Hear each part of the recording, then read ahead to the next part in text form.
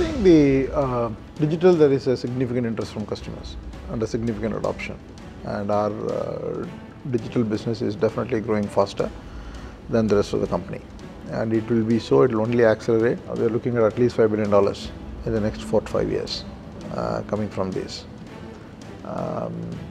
And in terms of platforms, there are different platforms that we have, and we have proof points for all the platforms. But the acceleration for these platforms will take time, and I would be happy to see a good adoption of some of these platforms in the next 5 years. Okay, and it is not about what share of the overall revenues. Okay, hopefully the company will be much larger when we look at 5 years from now.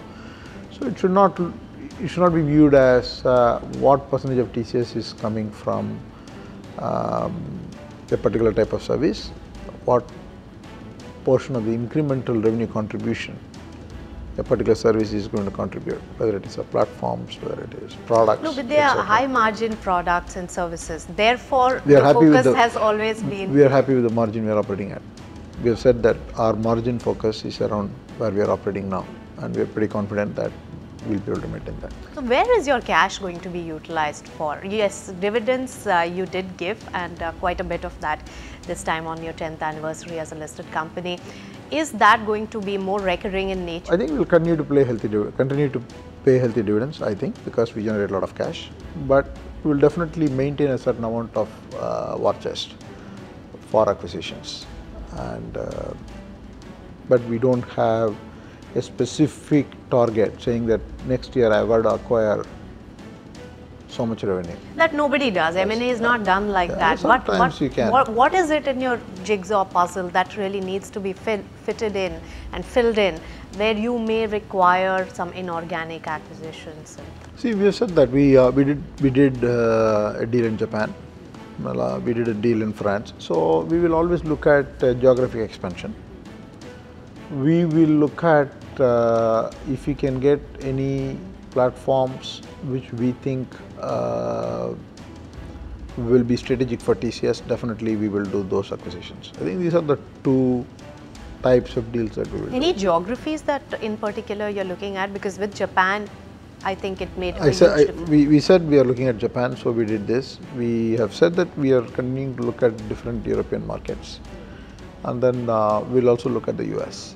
Is the pressure now much more after Cognizant struck that large deal on all the other IT companies to go the inorganic path for growth? No, not at all. Not at all. I think every company has to have its strategy.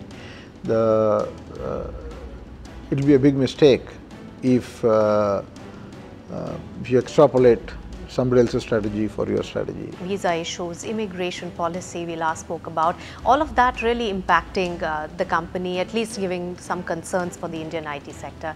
Now that our Prime Minister is going to the US, would you be part of the contingent? Because we did see you in Japan with him, but are you expecting anything significant to come out of these bilateral talks between India and US? I think so. I think the Prime Minister's visit to Japan was really successful. So I'm hoping that similar success will come out of the US visit.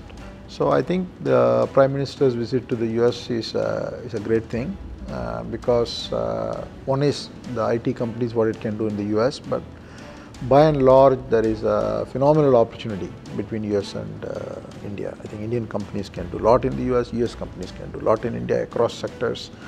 I think everyone recognizes that. I don't think this is missed by anybody. The opportunity to increase the bilateral trade in such a way there is a huge impact in exports, imports, or employment creation, or overall value creation, and every aspect. It's probably one of the biggest opportunities. So I'm pretty sure that will come up for discussion. And though I'm traveling in the US, I'm not part of the delegation. The cross currency impact and the negative impact of that, especially with pound, British pound, as well as euro depreciating beyond expectations against the US dollar. What is the kind of impact? Have we foreseen it, and will it also go on to the next few quarters? Do you see that risk? I know it's not very easy to gauge the currency movements, but how are you seeing that panning out? Well, nobody can foresee it. The day I can foresee the currency movement, You'll make a lot of money. Make a lot of money. And you know, we have said that based on the various rates that existed in the beginning of September, we have said that there will be a 80 basis point hit. Find us on Facebook at facebook.com/ETNow and don't forget to click the like button. You can also follow us on Twitter at ETNowLive. To stay updated with all our programming, hit the subscribe button on our YouTube channel by logging on to youtube.com/user/ETNow.